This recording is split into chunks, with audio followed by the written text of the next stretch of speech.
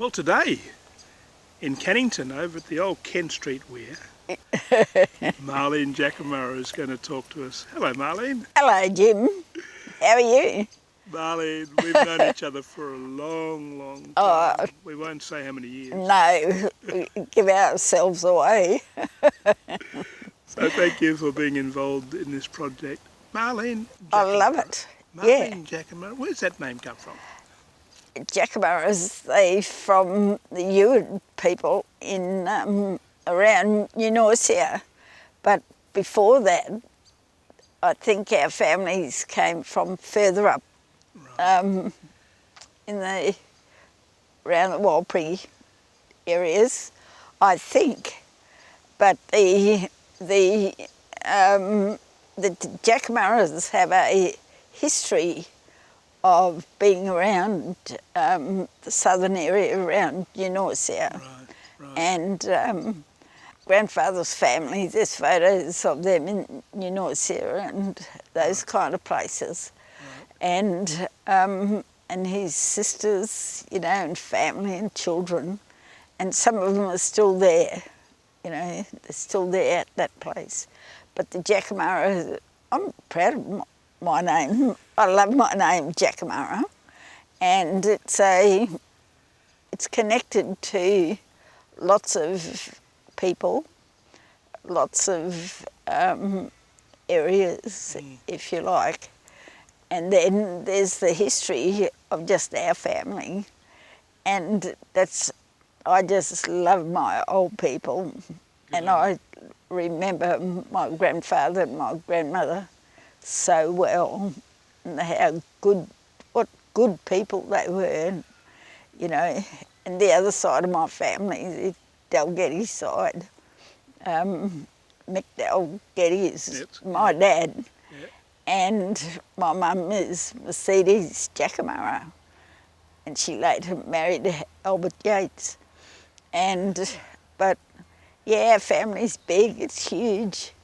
And but most of the oldies now, they're all passed away. Right. The value of the culture is what they passed on to us. Yep. And of course, they're always in our memory. Yep. That's where they live. They live in my memory. Yeah. And I'll never forget how beautiful they were, what beautiful people. Right. And I just love them. I do. So, Marlene, what do you remember about the old people and their places that your family are from? Well, initially, our area from my father's side, from Granny Dolly's side, was from Dalgetty Downs around the Gascoyne, and Granny Kitty, as a young woman, was brought up there by Granny Dolly, and then she later had all these children to white pastoralist, Merton Fitzpatrick. And that's all around the Murchison, eh? Yeah, that's around the Upper Gascoyne. But the beautiful thing was I got to meet them. I found them again in 1977. So that's my dad's side. And my mother's side is grandfather Dominic Jackamarra. He had a huge family at Noongar there, and it was just lovely. They were just beautiful people, grandfather and grandmother, and my mother. I was born at Moore River Native Settlement, and so was my mother. So I was born in the same place as my mother. Now how wonderful is that? And, as much as the awful history of the place goes, and sometimes I feel sad for my mother, because I was reading stuff where she wanted to buy clothes for myself as a child, as a newborn, and the welfare said she couldn't buy them because she had no money. So I had to go without stuff. And I've got documents at home that says so. So Mercedes, Yeah, your mum, my mum, Inditch, yes. No, she's Mercedes Jackamarra. Jackamarra. Yeah, So she bore you at Moore River. yeah. How long was she there then at Moore River? Oh, God knows. You know, but she had a hard life too, because she'd get lent out, if you like, to be a domestic in the farmhouse. Right. And one time she was given to these farmers to be a domestic in the house, and grandfather and grandmother were in a place not far from the main house. And of course Mum went back there, and then she didn't want to go to, she didn't want to go back to Moore River, and so the Moore River welfare sent the police to go and get her, and then charged the department, I think it was £3-4 or something like that, to go and get her. And here she is. She's only a 14-year-old having these kinds of experiences. Wow. No. So was she taken there as a child to Moore River? No, Mum was born there. Your mother was born there too? Yeah. And so that's Two how... generations of births at Moore River? Yeah. Yeah. And you know, it was cruel. And I think about them, what beautiful people they ended up through all this cruelty, you know, and that's why I like the story of the Jews, about the links, about how cruelty can actually make you a better, stronger person and a better nation of peoples. Mm. So obviously your memory then of the Murchison and Upper Gascoyne, Yeah. from when you went back there in 1977. Yeah. So you don't have any memories because you weren't born there, you were born at Moore River. I'm just clicking this all together. No, but I do.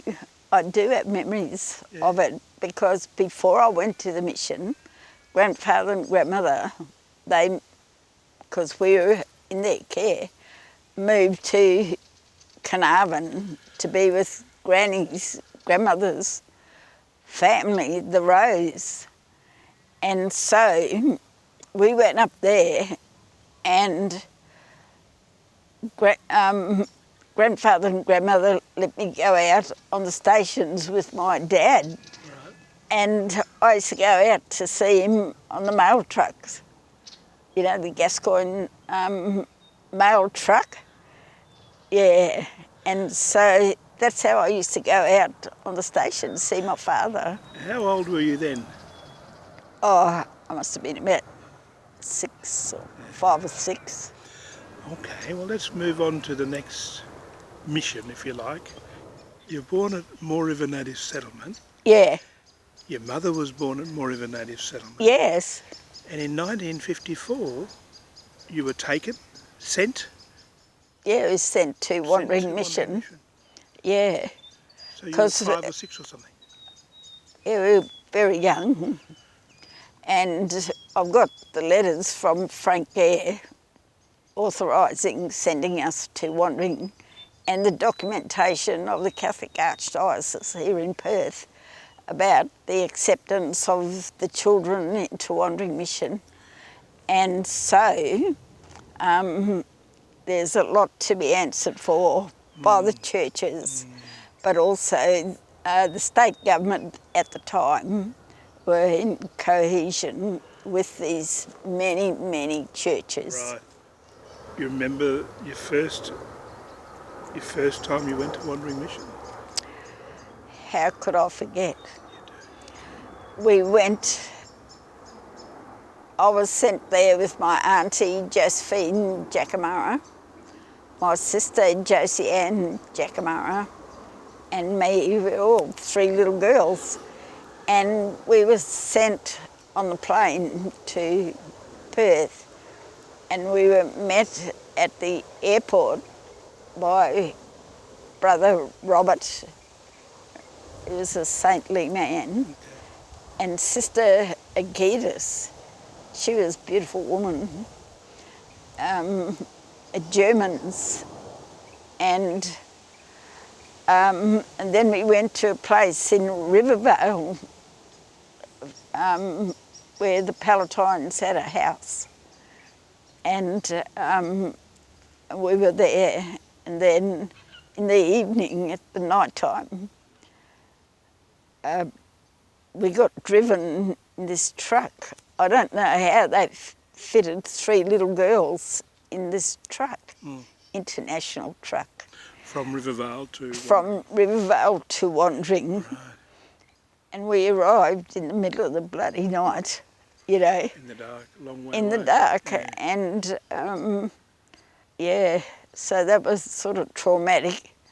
But at the time, this is what happened.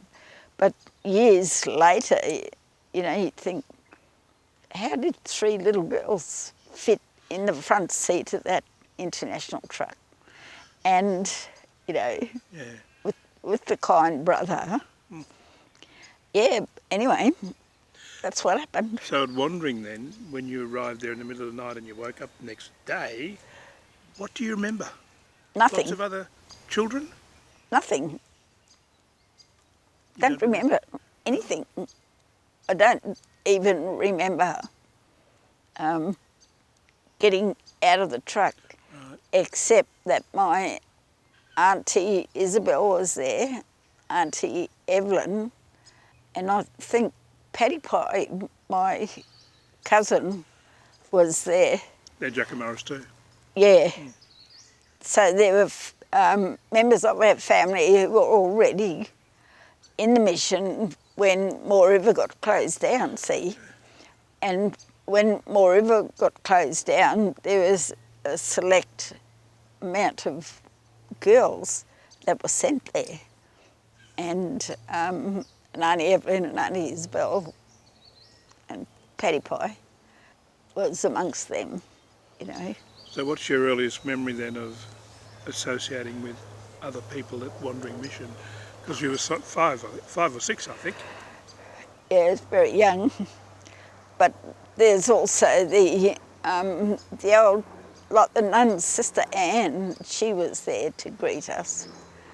And so that was nice. She was a lovely sister. She was a teacher. But I think from the mission experience, the thing that gets me the most out of everything that happened, was the fact that we missed out on our time with our parents. And years later I said to my dad, I said, Dad, why didn't you come and see us at the mission? And he said, I didn't know that you were gone, you know. And I often wondered how he felt. But in terms of finding, like Auntie Jo, missing out on growing up with her dad, my grandfather. You know, we talk about it now and we cry as 70-year-old people about the loss, you know, that we felt, and we still do. And I still cry about it because it was such a gap in our search for who were we, who are we, and whose children are we, you know. But we always knew who our mother and father were and the families, because we used to go home for Christmas holidays from Wandering. Well, that's good. To the reserve in Moora. Moora Reserve. And that's the way that we got to know who our families were, who our uncles were, and, you know, and the fun times that we had, and the not so fun times, but they were very, very hard times. You know, we had to carry water, fill a 44-gallon drum, and it was such poverty, you know. And so every year then for Christmas, it sounds like you went home to yeah, catch up with some family. yes, all the people, you know, on the reserve, and, you know, so we caught up with them. But I think since the evidence of the Royal Commission, you know, I gave evidence in the Royal Commission, I think it was just so difficult for people to actually go back and find their people. It's not as easy as it was, because the state had regulation over the lives of us all, and that impacted too about the movement of people, Right. where they could go, where they couldn't. And like my dad, he was confined to the Gascoyne after it. That's where he went back and he worked there. And a lot of stations, him and Uncle Paddy, and, you know, they're lovely people, just beautiful people. So he thought you were still at Moriva, not wandering? Did he know you were at Well, Wandering Mission? I didn't know, I don't know, you to don't tell you know. the truth. Yeah. I don't really know, but Auntie Susie, thank God for her, that she always told Dad how we were, and, you know, that we were in the mission, and she sent photos, give him photos to have a look at, and, you know, and in the meantime he'd found, you know, got another family and lived with Auntie Marianne, and is the mother of my brothers and sisters up there in Carnarvon now. And so we have a huge family, which I'm so pleased about, you know, and they're really beautiful people. Yeah. But the oldies, they're the ones who are in my heart. Good. Because they're, you know, and I think of all the legislation, all the awfulness of the enforcement of and regulation of those policies. They survived, you know, they just did that, you know. And I think it's really important, you know, for people to know that, to know the resilience, but also the nature of change, you know. People change with the legislation. They, you know, could buy their children blankets, baby blankets, without asking the welfare, like me, you know. My poor mother couldn't even buy me baby blankets or singlet or anything. Oh, yawn. Yeah. So you would have been at Wandering Mission then from a young girl to a teenager, a young woman. Yeah, it was. I was there.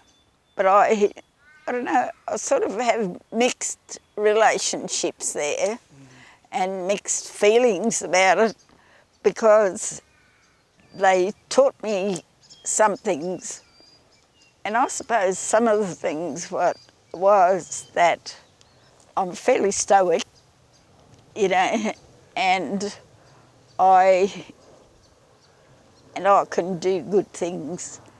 And I think when I look back now, I think that taught me how to be a good human being, as did my parents and my grandfather and my grandmother, and Granny Dolly and Granny Kitty.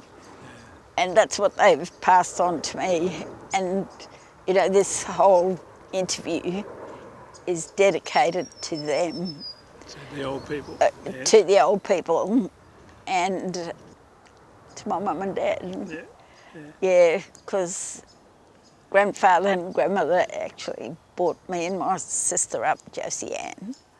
But then I was lucky that I was able to move around a bit, and I was a bit older than my sister. And so I could go out on the stations and be with Dad and Auntie Mary, and, you know, whereas Josie Ann, I think she stayed mainly with grandfather and grandmother. And, you know, but there's always that emotional separation. You know, like I went back in 1977 for the first time since I left as a child. And I went back there and I was really quite overwhelmed by the whole experience. And all that I wanted to do was to stand in the land where my father was born, and I walked in the river where he was born. And that's the sacredness of the story, you know, that all of these kinds of beautiful things, you know, and the night time, you know, I got up really, really early in the morning, one morning, and I was sitting outside having a cup of tea, and I watched the morning star come up, and it just hung on the horizon, and the night was clear as anything. It was almost magical, and I thought, I'm home. It's the first time ever, you know, and I thought, I'm home. I'm so pleased. Marlene, you know how we tried to get to renovate Wandering Mission and, Yeah. you know, try and make it into a place of healing. What do you remember of the mission places, the buildings and the dormitories where you slept? What do you remember of those? I remember them well. I know all the buildings well. The the dormitories I most remember is this, because we weren't allowed to talk.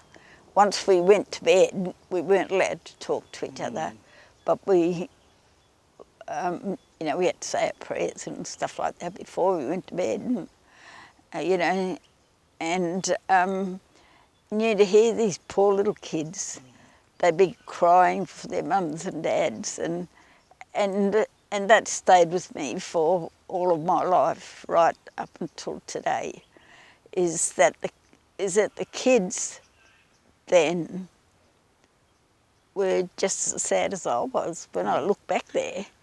But I don't know, I'm not a weepy person, but when it comes to the sorrow and remembering the cries of these little kids, for, you know, crying for their mummies and daddies, it was very sad.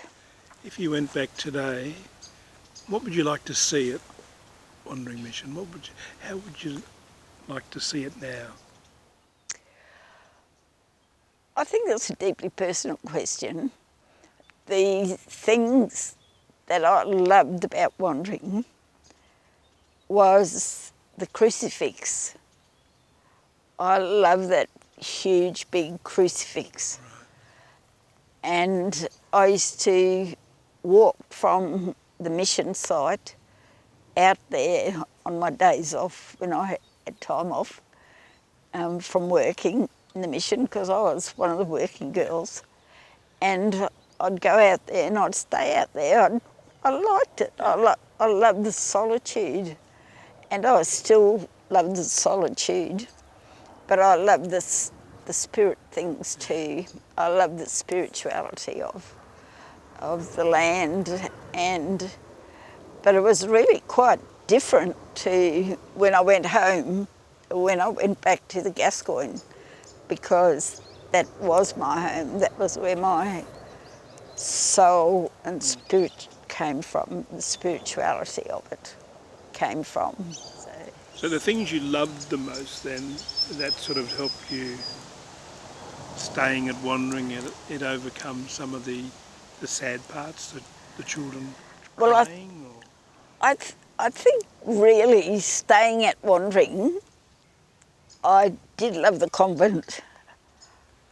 I used to feel very honoured about going to the convent because in the convent it was a special place. And it was, it was just lovely, and you had all these nuns in it, you know, who were mysterious because they had their own rooms in this convent, they had their own place, they had their own chapel, and there was an old organ there that,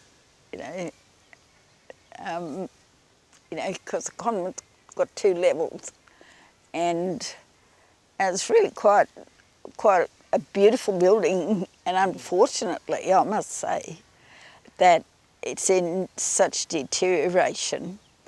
And I went back there when I went there, and there were dead sheep in the chapel, and I remember that chapel so well and how beautiful the nuns had it, and and to see it deteriorate so much was just so awful. The structure's still there though, the building Yeah. is quite safe. There's a lot of renovation that needs to happen to bring the structure Well, it back. was authorised by Bishop Prendeville from the Catholic Archdiocese, and Prendeville negotiated with the state government to give him that land. But what Prendeville also did was he got the Italian prisoners of war to actually build those buildings. Lovely.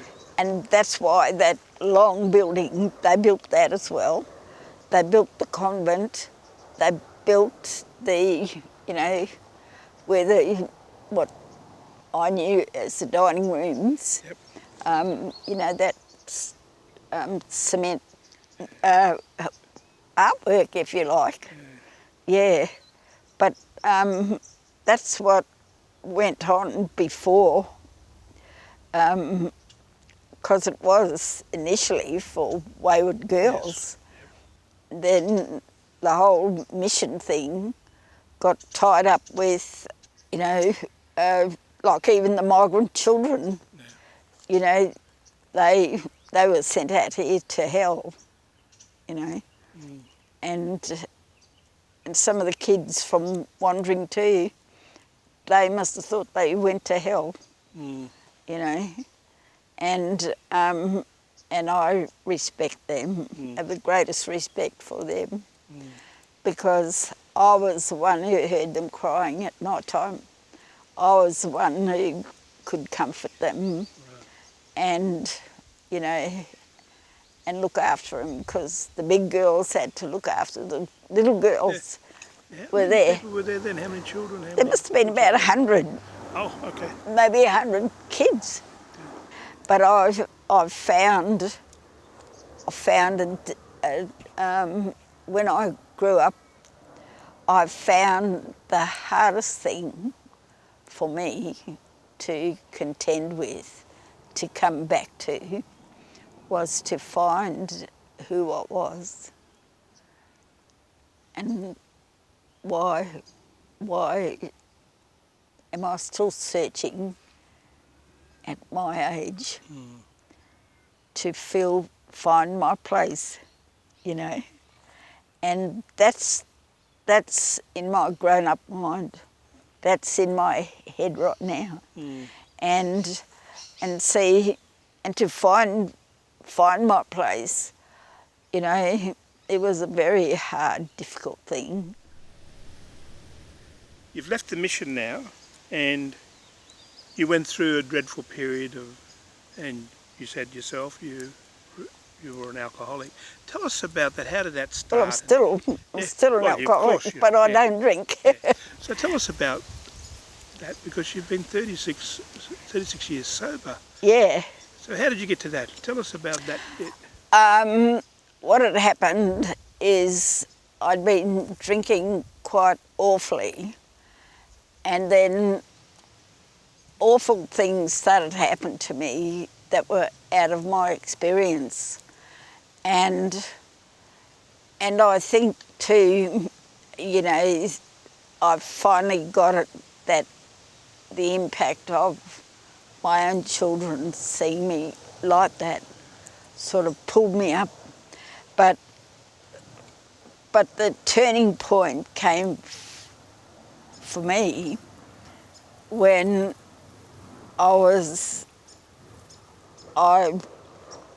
you know, I'd had an experience where I've been to university, I've been educated, and yet my heart was broken and my spirit was breaking, and I was drinking anywhere, you know, and anywhere, you know. One time I found myself drinking on the train tracks way down south there, you know, a long time ago now. But these things just happened to me, and now I realise that I was really looking for a deeper meaning in life, and that I really didn't have to hurt myself as I did, you know, because I really had a hard time coming to terms with things, and you know, and I was suicidal, and I was deeply disturbed, and I had these very, very violent relationships, and that's just how it was. And what had happened is that I was looking for the best person that I was. When I got sober, it was a very, very lonely path, because I was there. There was, dare I say it, there was just God and me. I believe in God and the spirituality of all of those things. And that's how I stayed sober. Good. I've been sober in Alcoholics Anonymous for 30-something years now. Good on you. 36 years. And it's the best decision I ever made. Marlene, you talked about your study. Can we just talk about that? You're probably one of the most academic people to come out of Wandering Mission. What is your study? What did you do? I studied humanities, and I loved literature, and I loved Australian literature, and you know, about how all the white people were writing about Aboriginals. And I said to people at Murdoch University, who were lefties and very wonderful, bright people, I said, why are we studying what white people are writing about us? Why don't we create an Aboriginal literature course? Right. So that's what I did. And At Murdoch. At Murdoch. And then we got together, and I mean, the centre is, they probably don't know much of the history of it over at Murdoch, but good people got that going, and some really, really wonderful people came through there. I remember Archie Roach and Ruby Hunter, they came through there, and there's a lovely photo of us, the three of us together. We better find those photos. Yeah, we better find. Now, you studied. How did your sobriety impact on your study? I was good. Wouldn't be able to do it otherwise. So you were sober when you studied? Yeah, I went back and finished my. I did honours, and I studied for my PhD. But one of the wonderful things that I haven't spoken about yet is I had this wonderful friend. Some people like him, some people don't, but I loved him. And his name was Adrian Bennett. And he was a person that made me get involved in the politics of Aboriginal affairs in the 70s. Oh. Yeah, and he was the federal member for Swan at the time. And him and his wife Terry just supported me and, gave me lots of ideas, but then I became involved in the political side, and I was, trades hall, and I was in that exciting time, in the 70s when we had the unions with us, we had the government supporting us, we started the AMS, and we had, people like Roger Dawkins and Dr. Green, all of those kinds of beautiful people when we first started the AMS. Yeah, yeah. And, it was just so good. And, but it was Adrian Bennett who introduced me to politicians. He introduced me to Gough Whitlam. We had a meeting with Gough Whitlam around the swimming pool in his bathers. Oh, nice. When I went to, it was Wait at the time, and I was doing anthropology, and I was very taken with an article by Bill Stanner called The Dreaming. And it made me understand what Aboriginal stuff was, because I didn't know. I was in a mission for most of my life, and I was brought up a Christian, a Catholic, by the German nuns, and priests and brothers and others, and but then I saw the beauty of Aboriginal storytelling. That's why I love the storytelling aspect of this healing. See, it's all to do with the healing of who I am, who this person is inside me. And it's terrible that you have to go to university to learn about who you were and where your old people came from. Yeah. But I knew where my old people came from, but I didn't know the backwater. But this is the culture that's contained in the language, the practices, just sitting here and listening to the wind. It's very lovely, and it's almost mystical, and like when I was sitting on the banks of the Gascoyne River, right? I hadn't been there since I was a child. And next minute, there's this swirl. You could see it. There was this swirl, and it was getting wider and wider, and next minute the fish started jumping, and it was just an amazing experience. Yeah, I never forgot it. And then when everybody had left the river, I went back there and I sat there and I put my feet in the water, and it was just a beautiful experience. And the river gums started going like this. And it was, you know, and you got all this vibration and swirling going on here, and then the fish jumping, and just lovely, beautiful stuff. Wow. Oh, the highlight of me going to South Africa was going to Robben Island, where they had an international conference.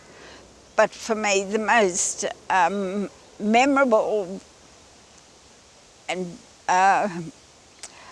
beautiful thing for me was actually sitting in Nelson Mandela's cell in the jail, and how awful it must have been for the prisoners there, and what wonderful courage, you know, just beautiful stuff. And the people that were at the conference, it was a Healing and Memories conference run by Father Michael Apsley. And I met some beautiful, beautiful people there from all around the world. And the other one was, I went there with the trade union movement, and Tony Cook was there, and people were talking about the injustices and the systemic disadvantage of their countries. And, you know, there were women there from Thailand, you know, Asia, you know, and they talked about slave labour. And I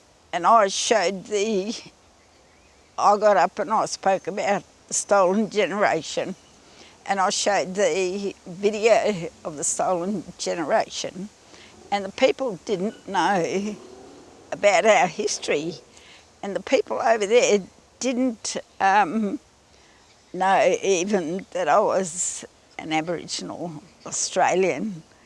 And so I spoke a bit about that, and yeah, it was a good thing to do, and I felt quite blessed to be, and I met some beautiful people. They're still friends with me today. You know, that was over 25 years ago. Yeah. Oh, it means that you still struggle, you still say what is right, and you still tell your story, and you still talk about truth-telling. And over there, truth-telling was such a big thing. And I remember being inspired by the notion of truth-telling, because it gave the country a conscience. And I think there was a conference here in Australia, and they brought Dr. Bahrain over. And I remember one of the things that in his speech, he said it gave the country a national conscience. And I think that's what Australia is doing at the moment. It's getting its a national conscience about Indigenous affairs, Indigenous peoples, and its impact.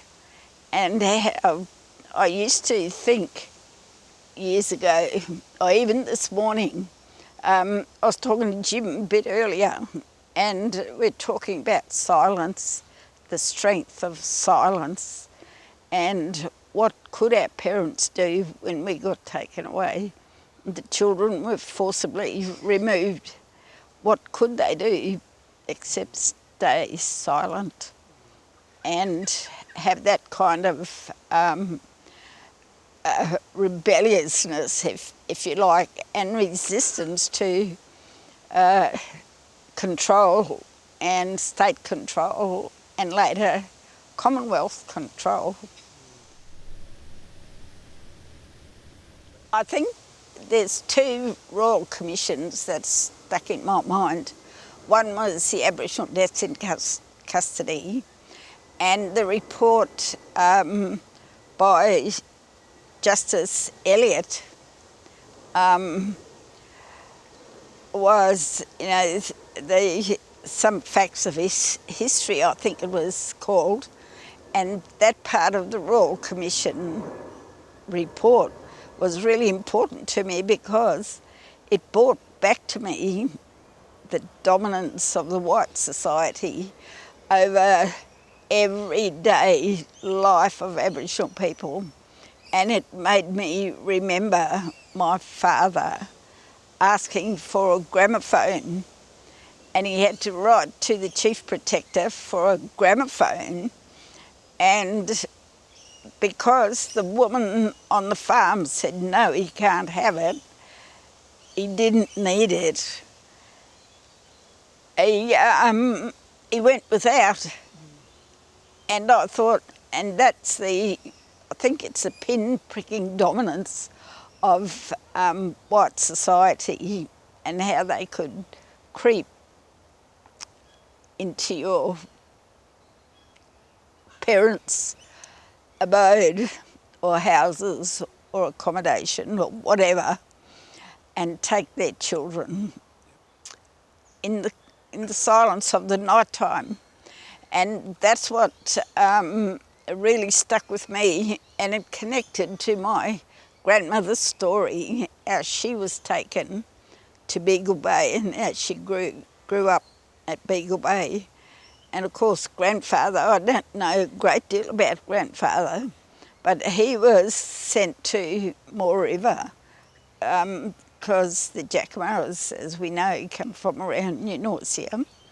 And I just thought, and that sentence just said to me, what a lot of bastards they are, but, and I cried a lot when I read that, because I often thought, how did my dad feel? He had his own money. He couldn't spend his own money without asking, and he couldn't even, he had to get permission to buy a pair of pants. And, and even my grandfather, if he wanted a jacket, he had to ask the protector if he could, Yeah, I want to say that thank you to all the people that gave evidence in the commission, because we were doubly disadvantaged because we had no parents. Our parents were away and working, and grandmother, she went back up to Broome, and really we had no one. But it was the loneliness in our own selves, I think, that gave me the courage to actually give evidence in the commission, and I have a written submission that I still have, and my story now is made to be helpful and valuable to the other Aboriginal people. But it took a lot of courage and a lot of tears and a lot of soul searching, I mean, I'm very pleased today, that I can hear the wind in the trees, and it says to me that there's something really good out there in the universe and in the land, because without the support of my friends and without me having the support of the life that I lead, I wouldn't have been able to do it, but I had a really wonderful Royal Commissioner, and I forgot his name now, and he's from Western Australia, and he was just so warm and loving towards me, and he absolutely respected the evidence that I gave, and And then from that victory, I mean, it was a personal and collective victory for all Aboriginal people, because people from right side legal, Michael Mazanak, he took up the stick, the cudgel, if you like, and from Chewett Place, they're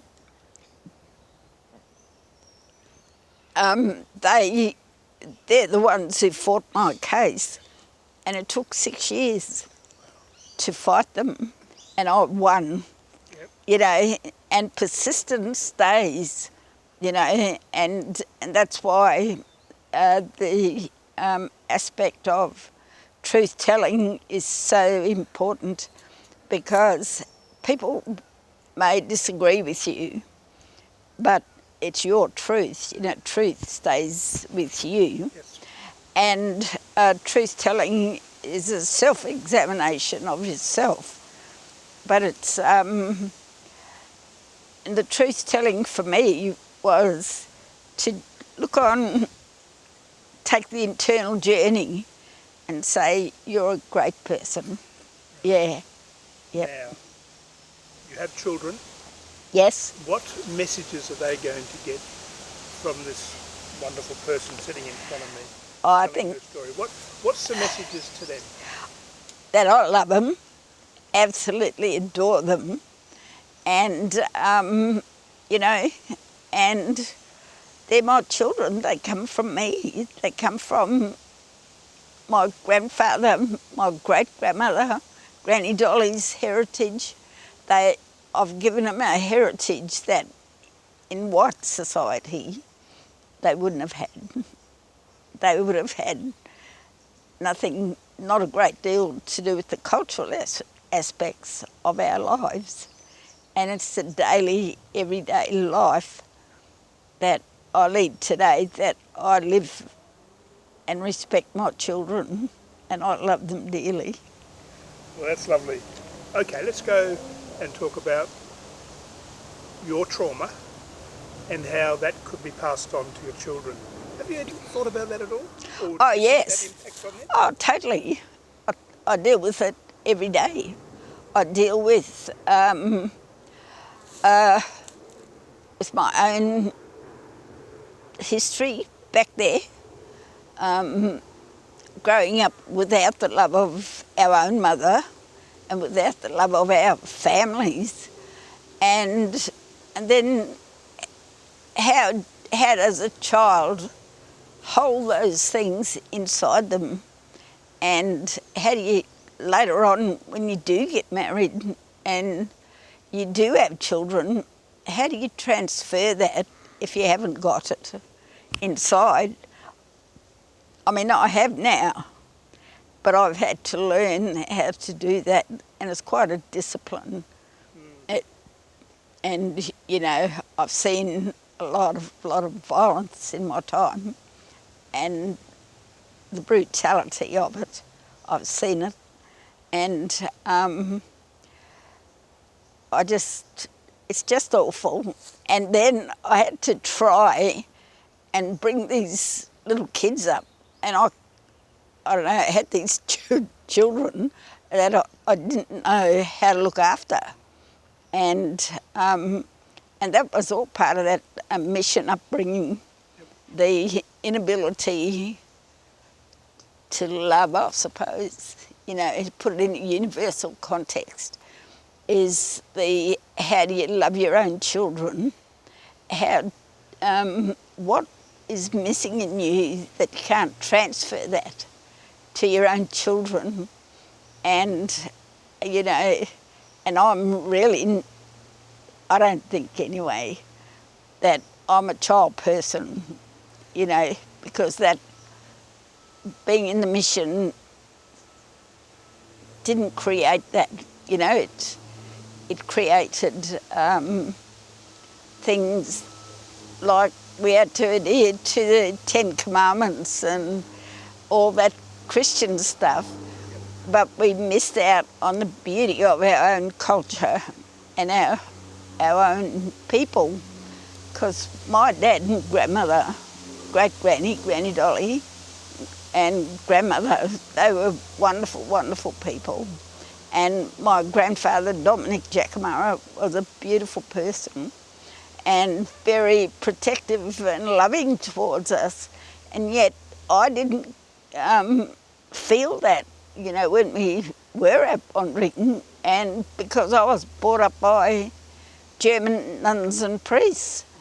And I used to feel guilty that I bonded towards one of the nuns, and I never bonded to my beautiful mother, you know, and I felt, I think about that sometimes and I cry, you know, because I missed out on my mother. Marlene, the medical evidence now is saying categorically that your grandmother transferred her trauma to your mother, to you. Oh, it's intergenerational. Intergenerational. Yeah. So how are your grandchildren going to benefit? How will they see their grandmother in a film documentary talking the truth? Oh, they would be over the moon. They absolutely love my story. And I did a video once for Father Peter, you know, Manuel from St Andrews in Subiaco. And my grandkids saw it, my great-grandkids saw it, and they loved it. They were so excited. Oh, there's Nan, there's Nan. Oh, look, Nan, you know. And so they're happy about my achievements, and, you know, and they're happy that I'm still alive. You know, I'm very fortunate to be still alive, because there were many times, you know, when I could have been dead, killed. Let's have another look at this now. So your grandchildren, they're going to benefit greatly from what they're seeing on this film now. Oh, totally. What about their generation? What are they seeing of their old people? Well, I hope they're proud of me. I hope they're proud of the story that belongs to them. It actually does belong to my grandkids and my great-grannies and into the future, you know, and really on a more collective level, it's part of our story, the Australian story. You know, we're really, really blessed to be able to say that and do that. And not many people would be able to do what I'm doing right now. Yep, and again, that's with your descendants. Yeah. What about other children, the same generation, who aren't getting the same truth-telling? How are they feeling? How do they... Well, I really can't speak for anybody else, but I think that in the collective conscience, the truth-telling has to be the centre of it. You know, that's why, and I look back now, that's why we did that stuff in the 70s. Remember when we started the AMS, the ALS, and all of that stuff. And, you know, there wasn't any of that before, but now it's important to remember how these things started, you know, and sometimes we have to teach them still, even at our age, how important it was to have those kinds of aspects of our culture and the needs, you know, the social justice forums. We need those. Marlene, I'm proud of you that you've taken up the challenge to tell your story. Thank you. What are you going to tell all the mission mob now that you were at Pondering Mission with? A lot of them have passed on now. Shouldn't we be encouraging them to come forward?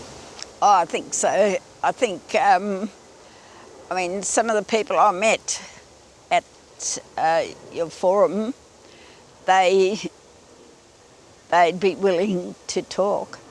And, you know, and I was talking to one of my daughters, and she said, "Oh, Mum, I didn't know that you were a servant, a domestic servant. I said, yeah, I was. And then something else happened, and they say the same thing. Oh, I didn't know that happened to you. I said, yeah. You know, and then, and I think my life changed when I went to uni, Curtin, and there were only two Aboriginals there. There was Victor Forrest, rest in peace, and Joan Winch, rest in peace. And they were the only two Aboriginal people there. And you know, there was a forum ready for social justice at the time, and even at Murdoch, you know, we started the Centre for Aboriginal Studies at Murdoch, and with Catherine Burnt and old Professor Burnt, you know, and so we did all of that stuff, and we did a lot of research into Aboriginal families, and so that's how I got into it. But then in the 70s, I came to Perth to live, and I was a stranger in the community because I didn't know anything about it. I didn't know what was appropriate and not appropriate, and you know, all that sort of stuff. And then the fitting in, how do you fit in? You do fit in because you're taught how to fit in. We haven't talked about this a lot, but two other people that are deceased were at Curtin University. So there weren't many in your time. So you're a trendsetter from a university point of view. Yeah, thank you. The messages there, that was obviously good for you. Oh, it was. It sort of lifted me out of this poverty mould because I'd left school in Standard 5. And yeah, and I went to apply for jobs, and they wouldn't give me jobs because they said I wasn't qualified enough. And I tried and got frustrated and kept on having kids and got more frustrated. And but yeah, it's an awful spot to be powerless, you know, about your environment. And I was powerless, you know, I had no voice, and you know, and I didn't even know anything about my own story, which was really quite a sacred story now that I look back in my 70s, and I look back and say, what a beautiful life I've had, and you know, and I met inspirational people, and I met yeah, just beautiful people. You got 4 children? 5. 5? Yeah. They're going to watch this? They're going to watch it. One of them's here already. Yeah. Okay. And so, yeah. They all live here in Perth? Yes. Yeah. They're all lovely. I love them. And yeah. They're encouraging you? Oh, yeah. They think it's really great, you know, that we're doing this and that it can help others, you know, and I think we do have a collective responsibility to others, and not just to Aboriginal people, but to white people too, or non-Aboriginal people. And I think in my later years, I think one of the beautiful people that I met was David Malcolm. What a beautiful justice he was. And he was just for me, he was such an honourable man. And yeah, I was so sad when he died. Now I'll say it again, I'm proud of what you are and what you've done. Aww. Why have you changed so much in the last 10 years? You've blossomed. I've changed because I hold things sacred to me. I hold my stories sacred to me. I'm a Christian. I follow the Buddhist tradition. I love the Buddhist tradition. It's, and, you know, and you can actually love people, you know. And and I think the big change for me really came was I went to Botswana and I went out to Kalahari with the sand people, the Bushmen, and we went out to Sedillo Hills, and it was such a beautiful thing. And I think those trips to South Africa, you know, about the freeing of whatever's in your soul, you can free it, whatever's, what hatred, if there ever was one, you can get rid of it. And the anger, you can direct it in the correct way and in a good way, and to make it dynamic for change, because you have to have a little bit of anger there to make change happen. And I just want to say this, that I'm so proud.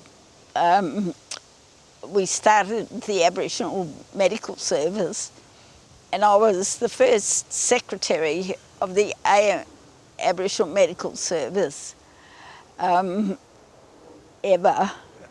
Yeah, I'm proud of that. Yeah. And more recent times, I picked you up at your home. Yes. First time you're a landowner. Yeah. Tell us about that. Yeah, so I have my own home, and yes, and it's beautiful. It's really a place of beauty, and it's also a place of solitude as well. You know, like in the mornings I get up and I just sit outside and say my prayers, and, you know, and I also attribute who I am right now to Alcoholics Anonymous, because I've been sober over 36 years now, and that's how I stay well, and that's how, and that is my anchor. I've got 3 anchors. One is my culture, my history, the love that I have for my oldies and my mother and father, my sisters, you know, my extended family. The other one is I'm a Christian, and I also practice the Buddhist tradition of Thich Nhat Hanh, Plum Village tradition, and I do that, and then I live my own life, you know, and I've got this beautiful culture around me, and it's very effervescent. You know, it's very strong and vibrant. Where do your children fit? My children fit. They have their own lives. You know, I don't know really. You have to ask them. Right, that's a good question for them.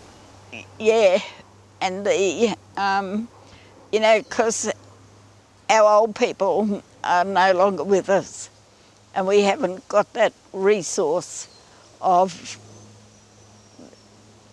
But my children are old enough to know who my family were, you know, and they know my mum and dad and Granny Dolly, and the only one that's missing out of my memory is my dad's mum, Granny Kitty Noble, and I have no recollection, I have no memory of her at all.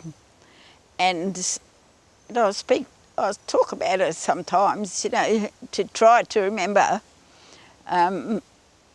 about her, but yeah, my children know who the family are, and they have different relationships, of course, with them. So That's good. Yeah, I think you're lucky then, because a lot of people in your experience don't know their mob. Hey, yeah, don't know where they come from. yeah. But I went back. Good. I went back and found them. I went back and had relationships with them. And I went back, and now I'm reflecting on their beauty, on their goodness, you know, because they were good people. And so, yep.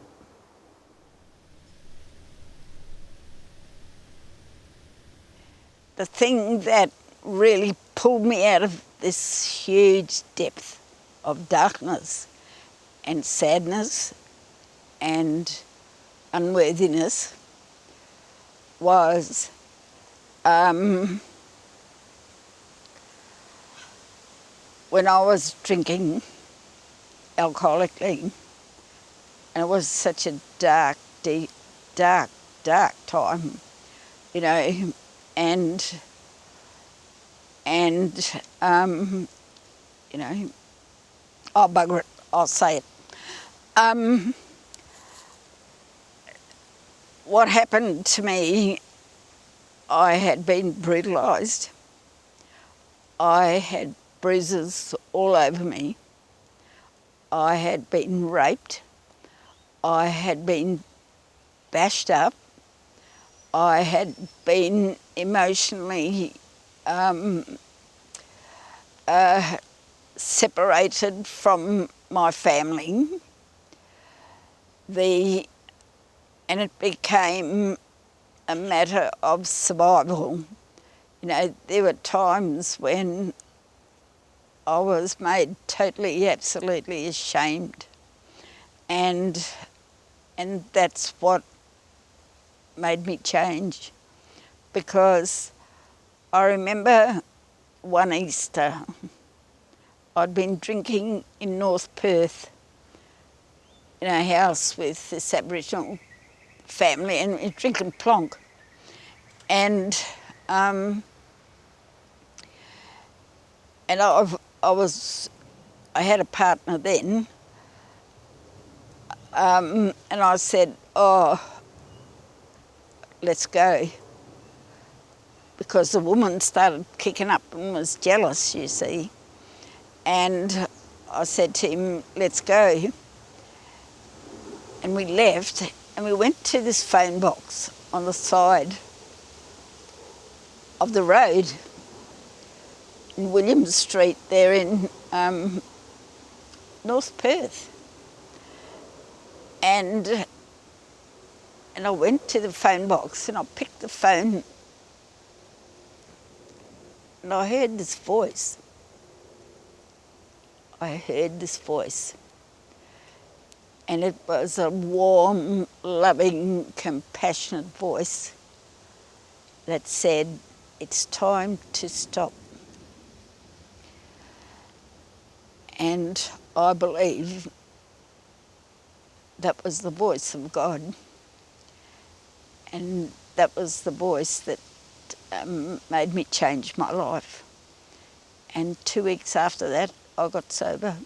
I stopped drinking. And then I went to Holyoke, and a beautiful woman called Anita Day looked after me then for the next 10 years of choosing to live like that. And then, but you know, I couldn't work.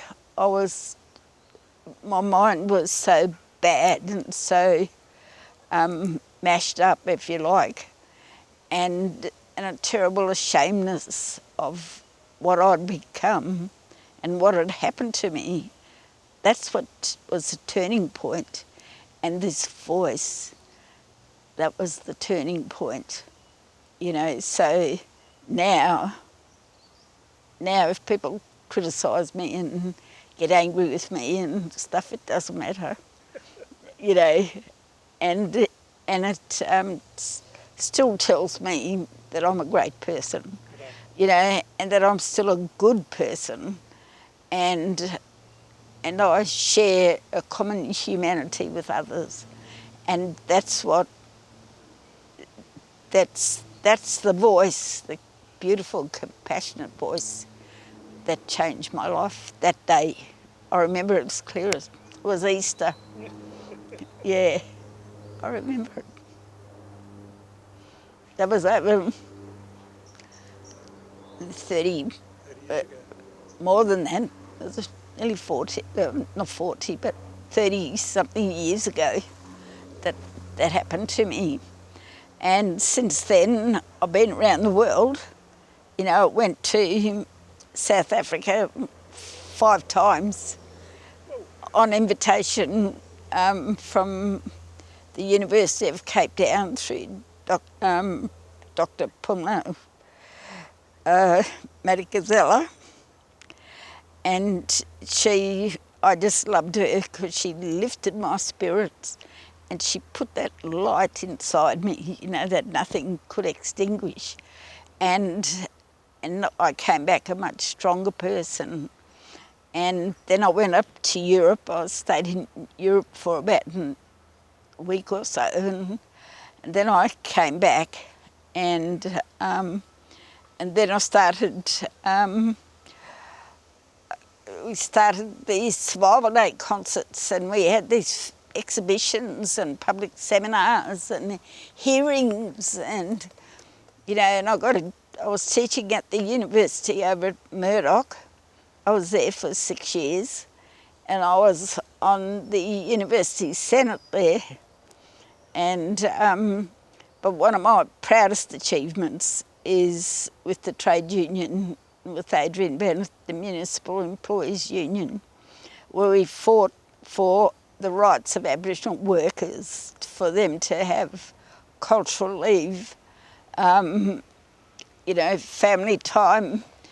And the case number is 10659. And Mr. Reardon, who was a social justice man from the ACTU, used to be, he was the senior deputy president that heard the case. And I went and worked with the union, and I'm a life member of that union now. But that was my proudest moment. Yeah. So what now? What happens now with Marlene Jackamarra? Plant plants. Plant plants? Yeah. Nursery? Gardening? Gardening. Therapy? Enjoy my life. Enjoy your house? My house. Family, yeah. Kids? Yeah. Kids? Yeah. But also be part of the society which I belong. You know, there's dreams that went by the by, you know. We tried to do something with Magumba, but we couldn't. You know, there's such a lot of division in the community that sometimes you just got to step back and say, well, you do it. You did this? No, hang on, and let's go and take 2. Let's see the fingernails, come on. Bring them up. And your toes. Oh, very good.